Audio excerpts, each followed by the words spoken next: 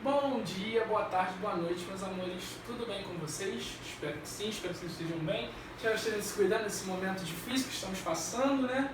Então vamos para terceira, quarta aula, não sei, não lembro, não me recordo ainda. Mas estão indo para a terceira ou quarta aula que a gente já teve gravada, né, na internet. Então, gente, como eu falei para vocês nas últimas aulas, a gente está estudando processos importantes na formação do Brasil como um país importante para o mundo, sua formação em geral. Então já falamos de indústria, população, urbanização, e o último assunto que a gente falou foi urbanização. Para contrastar ou contrapor, né, de uma forma irônica ou não, a matéria a seguir, o tema a seguir agora é agrária. O que seria agrária? É simplesmente a formação rural do Brasil, tá? Como o país se desenvolve nas áreas rurais, como que ele é tratado, como que as questões que envolvem, que permeiam a área rural do Brasil acontecem, tá? E que por muitas vezes são negligenciadas, principalmente por nós que moramos aqui na cidade grande e tudo mais, tá? Essas questões são muito importantes de se tratar porque o Brasil, grande parte do seu PIB é majoritariamente do meio rural, vem principalmente do meio rural, tá? E a gente vai estudar isso aqui um pouco a fundo e vamos para a aula, ok? Então, meus amores, antes da gente entrar de fato, a gente precisa estudar o que é importante, o que tem no espaço agrário, tá? No Brasil. O espaço agrário é muito importante para fornecimento de alimento, tá? Então vai fornecer muitos alimentos. Detalhe, esses alimentos não vão ser fornecidos pelos grandes produtores, tá? Pelas grandes produções, tá? Pelo agronegócio, como a gente vê, né? O agro é pop, o agro é tech, o agro é tudo. Então, não vai ser esses produtores gigantes que vão trazer comida para nossa mesa. Sabe da onde a comida que vem pra gente vem? Vem dos pequenos e médios produtores, tá? Da galera que tem sua cultura de subsistência, da sua cultura ali de produção de pequenos alimentos, não tem grande esporte nem tecnologia, ok? Além disso, o espaço agrário vai produzir matéria-prima, vai fornecer matéria-prima. É no espaço agrário que nós vamos ver sendo trazidas, né, cultivadas madeira para extração de látex, papel e tudo mais, que vamos ver produções, mais antigamente, hoje nem tanto, mas procura por minérios e por minérios de carvão e tudo mais. E muitas outras matérias-primas que são importantíssimas para as indústrias daqui da cidade grande, tá? Além disso, no Brasil, o espaço agrário, os trabalhos rurais empregam cerca de 17% da PA. Lembra que eu falei disso na aula de população? PA é população economicamente ativa. Então, pessoas entre 18 e 60 anos, 17% dessa população do Brasil é empregada pelo espaço agrário, pelo espaço rural, pelas pessoas que trabalham no meio rural, tá? E além disso, esse espaço também vai contribuir grandemente, fortemente para as exportações, tá? O Brasil hoje é o maior exportador, né, de soja no mundo, tá? Então, a maioria da soja que a gente vê que vai ser produzida aqui no Brasil para mandar lá para fora, ok? Ok. Gente, falei primeiro desse espaço agrário, espero que vocês tenham entendido. E agora nós vamos falar sobre tipos de cultura. São dois tipos de cultura que nós vamos falar, que é a cultura especializada e a cultura comercial. Lembra que eu falei no começo do fornecimento de alimento pelo pequeno e médio produtor? Então, a cultura especializada vai ser feita principalmente pelos pequenos e médios produtores. E por quê? Porque elas vão ser condicionadas pelo clima e pelo solo, tá? Pequenos e médios produtores não vão ter dinheiro para modificar solo, para fazer processos de calagem, para modificar o relevo do solo, então eles vão trabalhar com o que tem, tá? Se na terra dá para produzir alface, então vamos produzir alface. Se na terra dá para produzir beterraba, então nós vamos produzir beterraba, sem grandes alterações do meio. É óbvio que vão ter alterações do espaço natural para o espaço geográfico, mas na plantação, no cultivo, nós não vamos ter tanta modificação assim. Além disso, como eu falei, vão ser feitos através da agricultura familiar.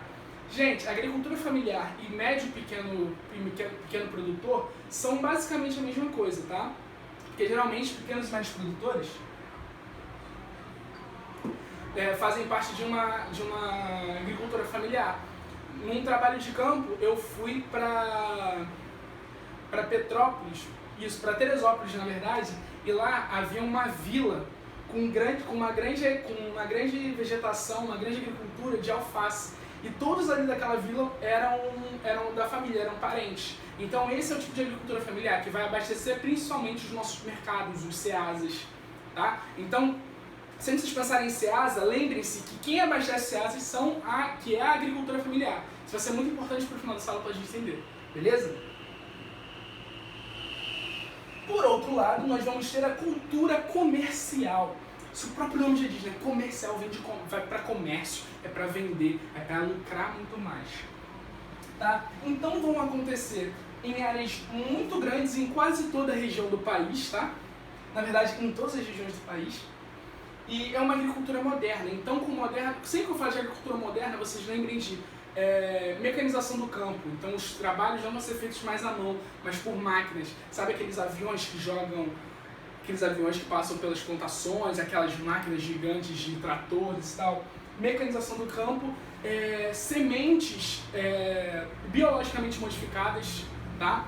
Então, vamos trabalhar aí na cultura comercial com produções, né, de sementes feitas em laboratório, tá?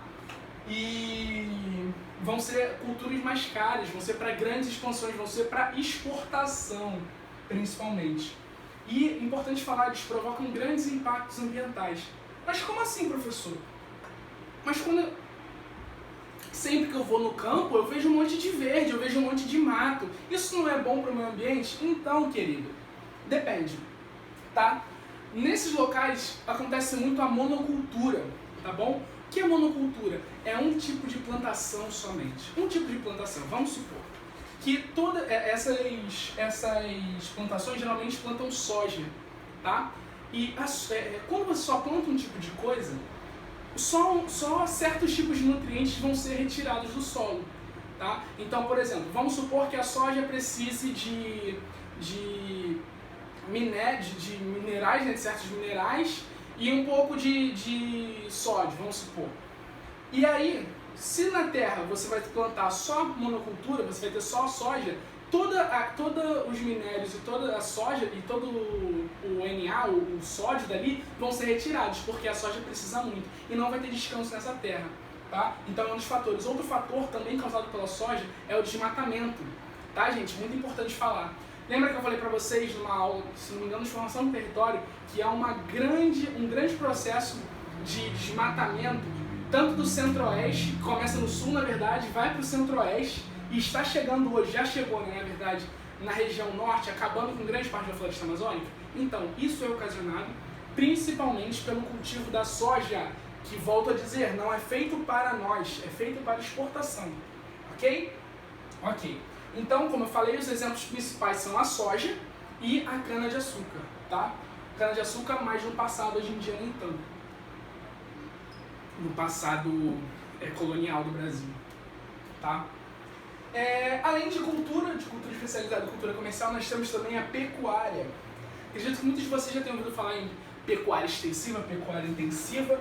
Então são esses dois tipos principais. A pecuária extensiva vão ser pecuárias feitos em grandes pastos, tá?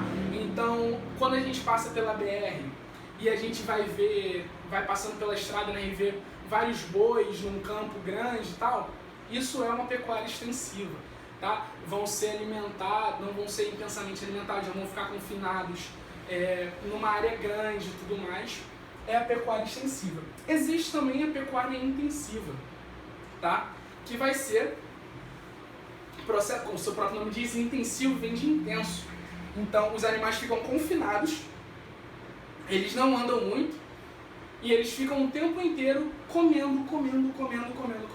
Quando a gente vê, não sei se vocês já viram um Globo Rural, geralmente passa a imagem de vários bois assim comendo soja, comendo ração, né, para engordar. Então, esse tipo é o tipo de pecuária intensiva. São fechados, são confinados, tá? E não saem, não podem andar. Os bois não podem andar. Porcos, bois, galinhas e tudo mais. Okay? Além disso, na pecuária intensiva é feita muito mais pelas grandes fazendas, pelos grandes produtores, Sadia, Perdigão, Friboi, tudo isso vão ser feitos a partir de pecuária intensiva, tá? Eles também injetam hormônios, principalmente em aves, tá? Para que elas deem mais ovos, para que elas fiquem mais gordas e para que consigam ser vendidas mais rápido, tá? É um processo muito doloroso. Para os animais é muito triste de ver. Inclusive, se vocês tiverem oportunidade, assistam um documentário, não sei o que lá, Count, da Netflix, é sobre essa questão toda dos animais e tal. Bem interessante. Gente, passando da pecuária, nós vamos ter, como sempre em toda aula a gente tem, processo histórico de como se formou, de como chegou até hoje. Nessa aula eu comecei ao contrário, né? Comecei falando de hoje e agora vou voltar para o passado. Ok? O passado é redundante. Mas vocês entenderam. Gente, processo histórico da concentração fundiária. O que é concentração fundiária? Concentração fundiária é nada mais, nada menos do que grandes extensões de terra, gigantescas, cerca de 1000 hectares, nas mãos de uma pessoa só e quase sempre sem função social, sem cumprir algum papel de importância para a sociedade, ok? Então é isso, concentração fundiária. Como que essa concentração fundiária ela começou a ocorrer quando? Gente, isso vem lá das capitanias hereditárias, desde que os portugueses chegaram aqui no Brasil, tá? Mas por quê? Vocês lembram que eu falei de capitanias hereditárias? Em que o rei de Portugal seleciona alguns nobres e fala assim, ó, toma essa terra, vai lá invadir e fica com você. Foi basicamente isso. Eles não tinham nenhum mérito, eles não pagaram nada, eles receberam essas terras de graça, tá? Então, existem famílias que desde o período colonial estão nas mesmas terras, principalmente no Nordeste do Brasil. Né? Família Sarney, família Gomes, tá? Essas famílias são famílias que estão há muito tempo no poder dessas terras e no poder do nosso legislativo, do nosso judiciário, tá? Então, deputados, senadores, grande parte deles são grandes latifundiários, são donos de terra, tá? E além desse processo de capitanias hereditárias, temos também a lei de terras. A lei de terras, que você pode pensar, nossa, maneiro, lei de terras e tal, tem um nome interessante. Cara, essa lei de terras, ela vendia as terras a preço de nada. Só que foi feita essa lei em 1850. Em 1850, grande parte da população era escravizada, tá? Logo, essa população não tinha dinheiro, não poderia comprar essas terras. E essas terras foram compradas pelos mesmos senhores que outrora e que já tinham as suas terras antigamente. Então eles só expandiram ainda mais as suas terras, ok? Gente, isso acontece em todo o Brasil, tá? Não é uma especificidade do Nordeste, tá? Acontece aqui no Rio de Janeiro, acontece em São Paulo, acontece no Centro-Oeste, acontece no Sul, acontece no Norte, acontece no Nordeste também. Todas as regiões do Brasil vai acontecer concentração de terra, porque essa é uma das bases do Brasil, infelizmente, tá? Importante falar, no começo, a concentração de terra, a monocultura que esses senhores de terra faziam era a partir do plantation, tá? Um tripé dessa monocultura, então era mão de obra escrava, tá? Monocultura e grandes latifúndios. Olha só que beleza. E, gente, toda ação, isso a gente pode ver em qualquer lugar do mundo, toda ação e todo processo que é minimamente injusto, ele vai trazer consequências e ele vai ter uma reação, tá? Toda ação vai ter uma reação. Você fala, pô, professor, falando de física aqui. Gente, isso também acontece na geografia e nos processos históricos, tá? Então, tem uma ação de grandes latifundiários no poder, de grandes latifundiários que dominam grandes extensões de terra e nem sempre a utilizam. Logo, vai ter um movimento que vai lutar contra isso, tá? E por isso eu vou falar da reforma agrária. Professor, eu já falei desse negócio da reforma agrária. É coisa daqueles comunistas lá do MST, aquela galera lá que fica roubando terra dos outros e tal. Calma. calma, vamos devagar, eu vou explicar isso para vocês. Não é bem assim, tá? Reforma agrária, na verdade, gente, é um processo, não é comunista, não é socialista, Marx não escreveu sobre isso, tá? Reforma agrária acontece primeiramente nos Estados Unidos, tá? O país do liberalismo, tá? O lugar onde o liberalismo se aprofundou de forma mais intensa é onde ocorre a reforma agrária. Como assim? O que é reforma agrária? Gente, é nada mais nada menos do que distribuição de terras igualmente para todos, tá? Onde todas as pessoas têm acesso à terra, todas as pessoas do campo vão ter acesso à terra de forma igual, de forma que eles possam produzir, tanto para subsistência quanto para venda, tá? Isso é reforma agrária. No Brasil não acontece isso. Grandes extensões de terra estão na mão de poucas famílias no Brasil, ok? E alguns movimentos vão falar sobre essa questão da reforma agrária, tá? Alguns deles, a Pastoral da Terra, que foi um movimento criado por católicos, tá? E que eles falavam sobre a distribuição igual de terras no Brasil, porque eles viam que essa questão latifundiária era muito prejudicial, tá? E fazia as pessoas passarem fome, as pessoas se submeterem a baixíssimos salários. Além disso, da Pastoral da Terra, temos Jango, que vai falar disso. Jango foi um presidente antes do golpe de 64, que ele falava sobre reforma agrária, tá? Ele chegou a conseguir protocolar isso, mas não foi para frente porque ele tomou um golpe. E hoje nós temos o MST, que é o maior movimento do Brasil. MST é o Movimento dos Trabalhadores Rurais Sem Terra, tá?